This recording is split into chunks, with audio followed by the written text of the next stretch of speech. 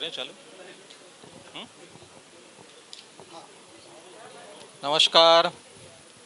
नमस्कार। चालू करें।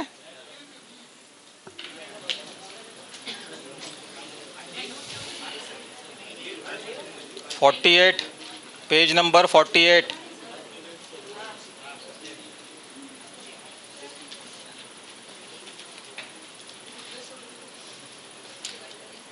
ये किसकी जिज्ञासा थी पेज नंबर 48 में?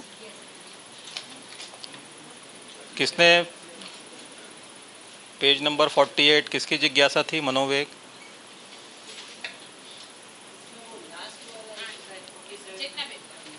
हैं? वो तो हुआ क्या संतुलन के साथ में? संतुलन के साथ में हुआ ना वो तो, कि और करना है उसको? किसको? संतुलन को?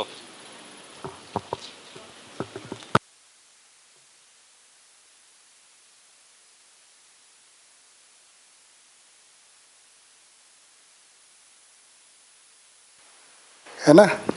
तो दो बातें कह रहे हैं। एक तो ये पूरा जो चैप्टर है ना, उसको ध्यान रखना पड़ेगा।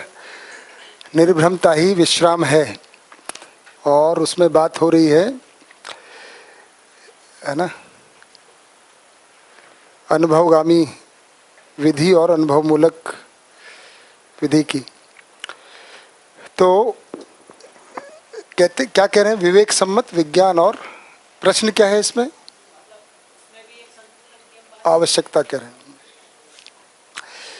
तो जागृति से पहले विवेक किसको कह रहे हैं और विज्ञान किसको कह रहे हैं? है ना। तो विवेक कह रहे हैं कि भाई हमारा लक्ष्य है ना, और विज्ञान है ना, जो दिशा है, जो तो योजना है ना, जो प्राकृतिक वैज्ञानिक पक्ष है, प्राकृतिक नियमों का पक्ष है। तो अभी की स्थिति देखें तो क्या हम कहेंगे कि अभी की विज्ञान विवेक सम्मत है? तो ये किस तरफ लेके जा रही है? ह्रास की तरफ। असंतुलन है। और असंतुलन कहाँ कहाँ है? मानव से लेकर, परिवार से लेकर, समाज से लेकर प्रकृति तक। तो संतुलन के लिए अब क्या कह रहे हैं? विवेक, विज्ञान का विवेक सम्मत होना आवश्यक है। तो ठीक हो गया। फिर अब और तो ये क्लियर है। दूसरा क्या बात है? वाइस वर्सा, कि विवेक का भी विज्ञान सम्मत। अब ये एक दूसरी तरह की बात कर रहे हैं। अगर अनुभव मूलक है तो विज्ञान भी विवेक सम्मत, विवेक भी विज्ञान सम्मत। तो आदर्शवाद में अगर देखेंगे, जब आदर्शवाद अतिरेक रहता है, तो आदर्शवाद में विवेक को कैसे देखा गया है?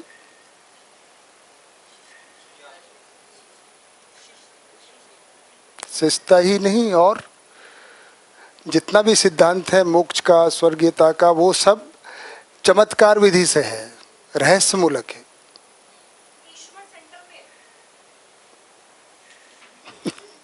सही कह रहे हैं, मतलब ईश्वर केंद्रित है। तो उसमें क्या है? वो विज्ञान सम्मत नहीं है कुछ भी। जैसे कुछ उदाहरण ले सकते हैं कि कैसे विज्ञान सम्मत नहीं है? आस्था विधि में, भौतिकता में तो क्या हो गया? भौतिकवाद में तो असंतुलन किस वजह से है? कि विज्ञान विवेक सम्मत नहीं है। ठीक है ना। भ्रमित स्थिति दोनों ही जगह है ना, असंतुलन दोनों ही स्थिति में होता है। भौतिकवाद से भी है और आदर्शवाद से भी है।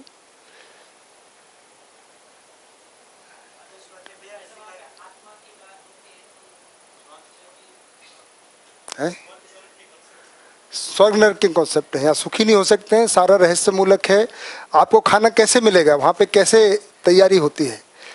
भोजन कैसे मिलेगा आदर्शवाद में?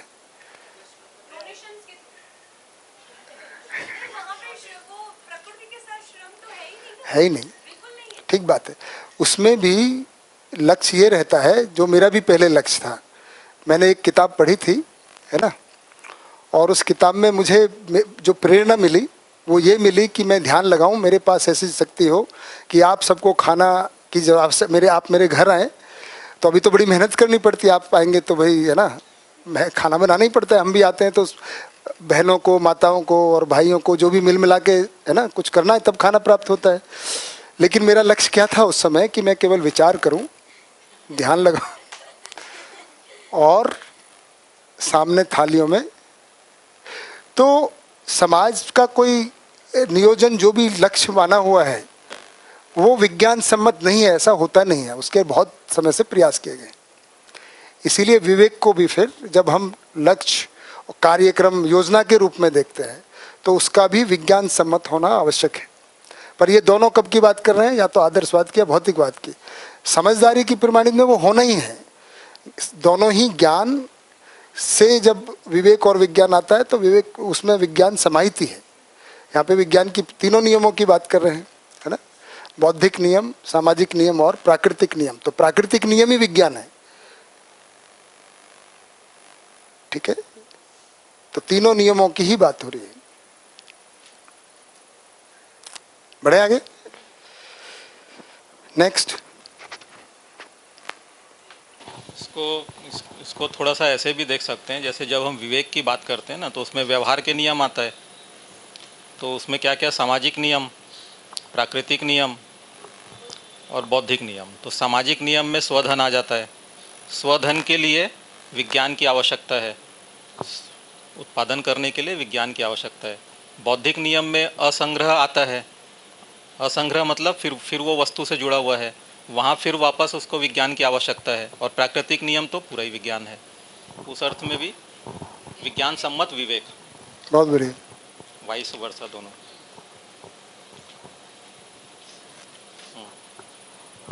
48 ये किसका था प्रश्न ये दीदी? हाँ बताइए, क्या पूछना था इसमें?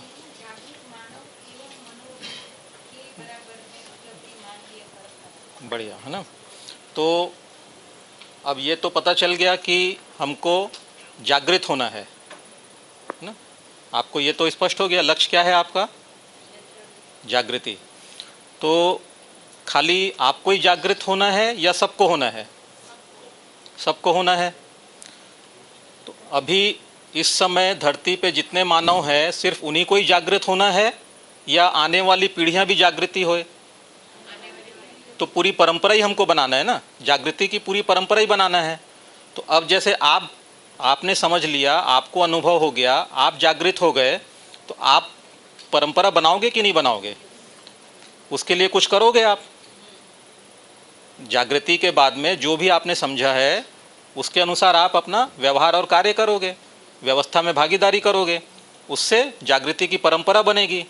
वही दिया हुआ है। तो जागृत व्यक्ति और उसका मनोवेग, मतलब जागृत व्यक्ति की गतिविधियां जो भी होगी, उन दोनों की उपलब्धि क्या होगी? मानवीय परंपरा होगी। ठीक है, ठीक है, हाँ बढ़िया।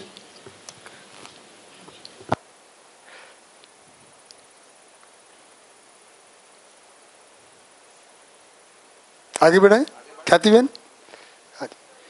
हाँ देखिए, अब हमको तो पता ही था कि आप प्रश्न पूछने वाले हैं, इसलिए तो आपका नाम लिया। बताइए सर, आप जो भी खाना वाली बात जो बता रहे थे ना, ऐसे चमत्कार, तो आपका भी ऐसे ही सोचना था? नहीं नहीं, अच्छा, आपका ऐसा नहीं। हाँ बताइए। और शरीर के बिना जो जीवन होता है, जो दिव्य मानव और देव मानव, अभी जो राम कृष्ण सब हम समझ रहे हैं, जी जी, तो क्या वो शरीर के बिना व्यवस्था में भागीदारी कर सकते हैं? तो पहली बात तो शरीर नहीं है तो उनको खाने की तो आवश्यकता नहीं है। नहीं, खाने का वो तात्पर्य यह था मेरा कि कभी ऐसा सुना है हाँ। कि कभी ऐसी व्यवस्था होती है जो अच्छे स्थान होते हैं, अच्छे धर्म स्थान और वो सब, तो उसमें कभी कभी ऐसा होता है कि खाना शायद बहुत कम बना है और इंसान बहुत ज़्यादा है, लेकिन वो खाना घटता ही नहीं है, सबको पहुंच ही जाता है। तो शायद चमत्कार तो नहीं है, लेकिन ऐसी व्यवस्था कुछ बनी हुई है, क्योंकि कुछ ऑरा, कुछ पॉजिटिवनेस उसमें है। तो उससे मुझे वो कनेक्ट जी कुछ दीदी, हुआ। तो देखिए मैंने इस बिंदु को इसीलिए उठाया था, है ना, कि हमारी अभी हम अभी मानव जाति ने जितना भी सुखी होने का प्रयास किया है वो या तो आदर्शवाद से और या भौतिकवाद से, है ना। और आदर्शवाद की कुछ मान्यताएं हैं और भौतिकवाद से कुछ आ गई हैं। तो भौतिकवाद से अब देखिए जितनी भी आदर्शवाद में कल्पनाएं की गई हैं वस्तुओं प्राप्ति का, वो विज्ञान की दृष्टि से तो सब कुछ उपलब्धि है नहीं। भाई उड़ने की कल्पना की तो ठीक है, आप सिद्धि कीजिए तो उड़ने की, आप उड़े ऐसा नहीं, लेकिन उड़ने की मशीन तो तैयार हो गई, वो विज्ञान से हुई। अब वो क्या कह रहे हैं वो विवेक सम्मत नहीं है, क्योंकि मानव लक्ष्य की पहचान नहीं हुई तो विज्ञान बिना उसका विवेक का राक्षस है, ऐसा कल जो बात कर रहे थे, है ना, अपना ही डिस्ट्रक्शन की बात कर रहे हैं। अब आप दूसरी बात कह रहे हैं कि मान लीजिए कुछ खाना है ना, वो कम नहीं होता है चाहे कितने भी लोग खाएं, ऐसा ही कह रहे हैं। इसमें कौन सा वैज्ञानिक नियम या प्राकृतिक नियम काम करता हो?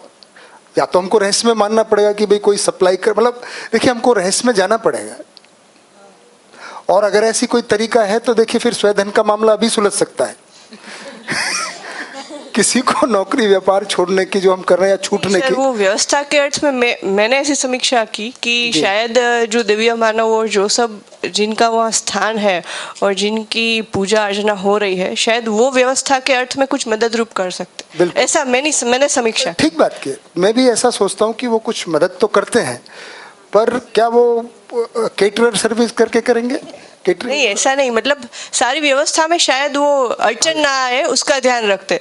शायद किसी को निमित्त बना के भी कर सकते हैं, कोई शरीर वश भी कर सकता है, ऐसा भी हो सकता है। तो कुल मिला के तो वैज्ञानिक नियम में ही आना होगा। अब उसको हम मान सकते हैं निमित्त का मतलब कि अजय भाई खाना पहुंचा दें उसी समय राकेश भाई या कुछ इस तरह का कुछ हो जाए, है ना। पर वो अगर हम मानते हैं कोई रहस्य है तो फिर वो वैज्ञानिक विधि तो नहीं। मतलब वो जीवन शरीर के बिना ऐसे व्यवस्था में भागीदारी तो कर सकते हैं, प्रश्न मूल्य था। मेरा ऐसा कि जैसे हम दिव्य मानव देव मानव को मानते हैं तो वो सही तो है, वो गलत नहीं है, वो है तो है, उनकी शक्ति और ओरा भी है तो है, वो मानना ही पड़ेगा। मेरी ऐसी स्वीकृति है कि वो प्रेरणा देते हैं, है ना। अगर उनको देखिए, हमने ये भी कहा है कि देव मानव को कि वो शरीर धारण करके धरती पर आ ही सकते हैं और फिर यहाँ पे जो व्यवस्था में भागीदारी और सबको समझदार बनाने का काम है कर ही सकते हैं, लेकिन बिना शरीर के। आपका अगर प्रश्न इतना है कि क्या वो बिना शरीर के ऐसे जीवन व्यवस्था में भागीदारी करते हैं, तो उसका आंसर तो यस करते हैं। करने का तरीका क्या है वो रहस्य नहीं है, वो प्रेरणा दे ही सकते हैं, वो प्रेरणा के रूप में भागीदारी करते हैं। ठीक है, किसी का और कोई व्यू? क्योंकि देखिए ये मुद्दे हैं, हम इनको आदर्शवाद में काफ़ी समय तक मानते रहे। हमारी पूरी पूजा अर्चना, भगवान के प्रति आस्था, ईश्वर के प्रति आस्था इसी तरह से रही कि हमारे दुख दूर हो जाएं कुछ करने से, है ना।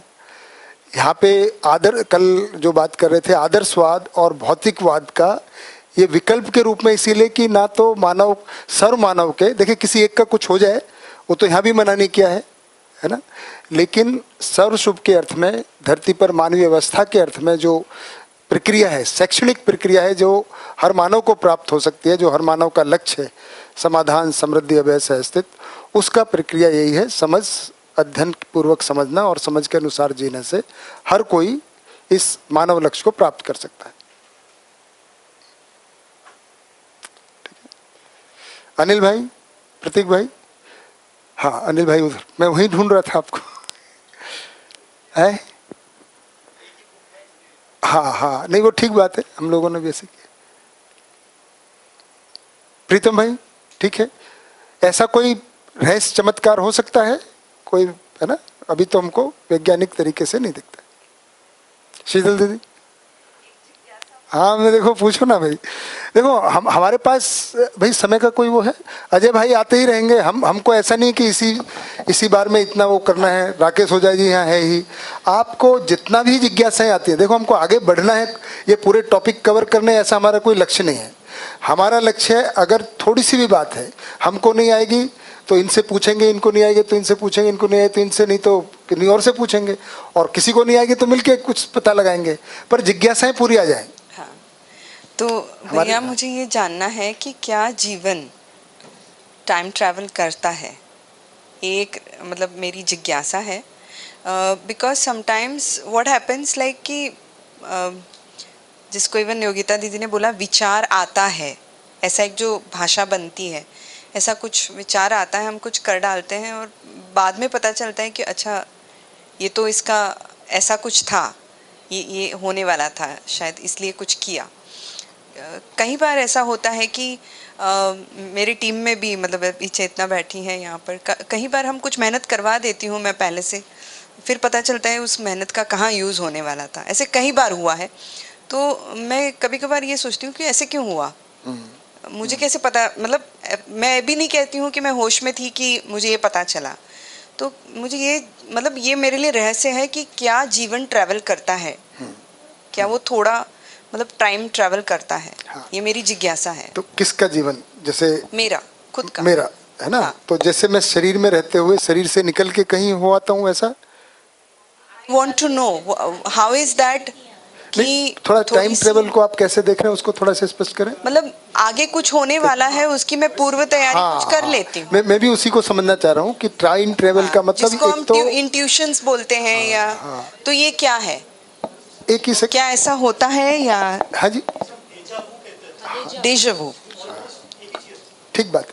तो दो प्रश्न हुए इसमें आपके, इसीलिए मैं प्रश्न को क्लियर करना चाह रहा था। आपका मूल प्रश्न तो यह है कि पूर्व अनुमान हो जाना किसी चीज का, क्या होता है देजावू, मतलब पूर्व अनुमान लग जाना, कोई होने वाली घटना का पहले से कुछ पता चल जाना, ऐसा। ये एक ऐसा है। तो तीन बातें हो गई अब, है ना। और इसके साथ जुड़ा हुआ कि क्या है ना, वो टाइम ट्रेवल करता है। तो ये देखिए, इसमें थोड़ा सा राकेश भाई की इस बार मुझसे काफ़ी शिकायत रही है, हमारे राकेश अग्रवाल जी की, कि 5 दिन हो गए और आपने आज तक कोई जोक नहीं सुना है, जबकि मैं शिविर में बहुत जोक सुनाता हूँ। तो एक जोक हो जाए क्या भाई? अच्छा, तो पहेली है अनिल भाई, है ना।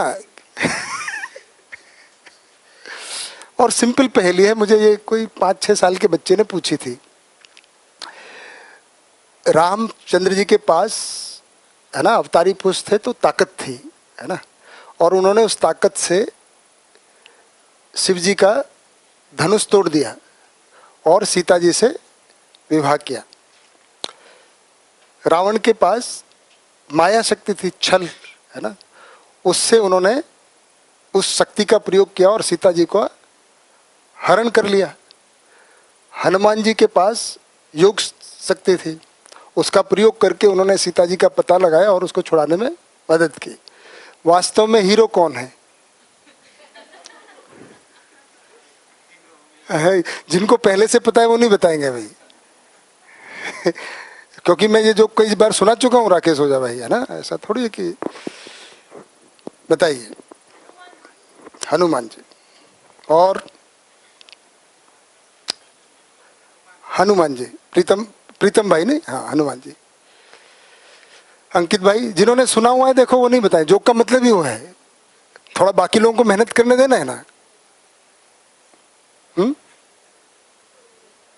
सीमा बहन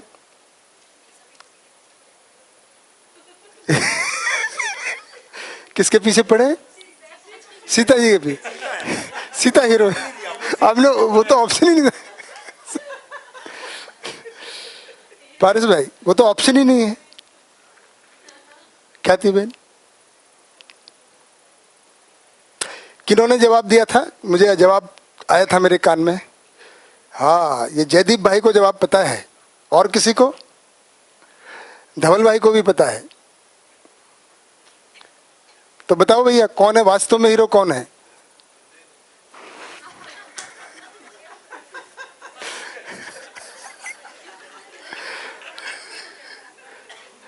तो ये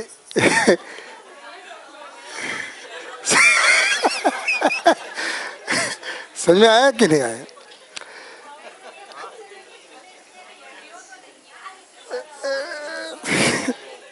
अच्छा, नमस्कार राकेश भाई, आपकी शिकायत समाप्त। पर इसमें मुझे इसमें एक, है ना, मैंने अपने हिसाब से इस पहेली में जो बच्चे ने पूछा था, मुझे थोड़ा अपने लिए ज्ञान की बात निकाली, है ना, कि, और ये दर्शन में एक जगह आता भी है, ब्रह्म के स्वरूप की जब चर्चा करते हैं, कि जो नहीं है उसको मानना और जो है उसको नहीं मानना। जहाँ कोरिलेशन नहीं है अनिल भाई, वहाँ कोरिलेशन को ढूंढना, और जहाँ कोरिलेशन है उस कोरिलेशन को नहीं देखना। तो ये पहले में तो ऐसा, तीनों बातें अपनी जगह सही हैं। राम ने अपनी शक्ति का प्रयोग करके विवाह किया, वो बिल्कुल गलत स्टेटमेंट नहीं है। दूसरा स्टेटमेंट भी ठीक है, पर जिस अर्थ में पहली में वो तीसरा चौथा जब मुड़ा आता है कि वास्तव में हीरो कौन है, तो उन तीनों से कोई संबंध नहीं है। हम जो जवाब है उन तीनों में ही ढूंढ रहे हो। वो तीनों अपनी जगह ठीक है इंडिपेंडेंटली, लेकिन चौथे के साथ संबंध नहीं है। इसलिए मैं जानना चाह रहा था कि जीवन टाइम ट्रेवल करता है, मतलब अभी अब टाइम को पहले तो मानना होगा, यानी आज से 10 साल बाद जाके कुछ देखा है, ऐसा आप कहना चाह रहे हैं क्या, या 2 दिन बाद जाके देखा है?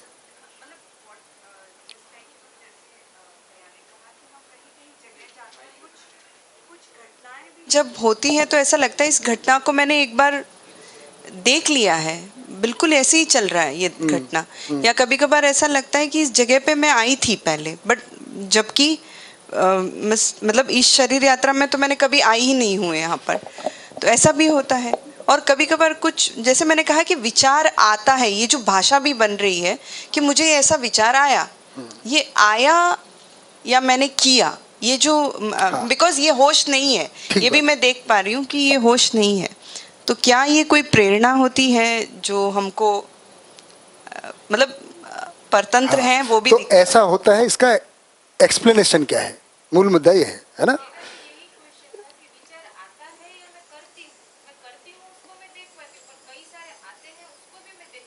हाँ हाँ हाँ, तो देखिए हमने तो पहले ही प्रस्ताव दिया था कि भाई मान्यता क्या क्या हो गया आप। हाँ, हाँ।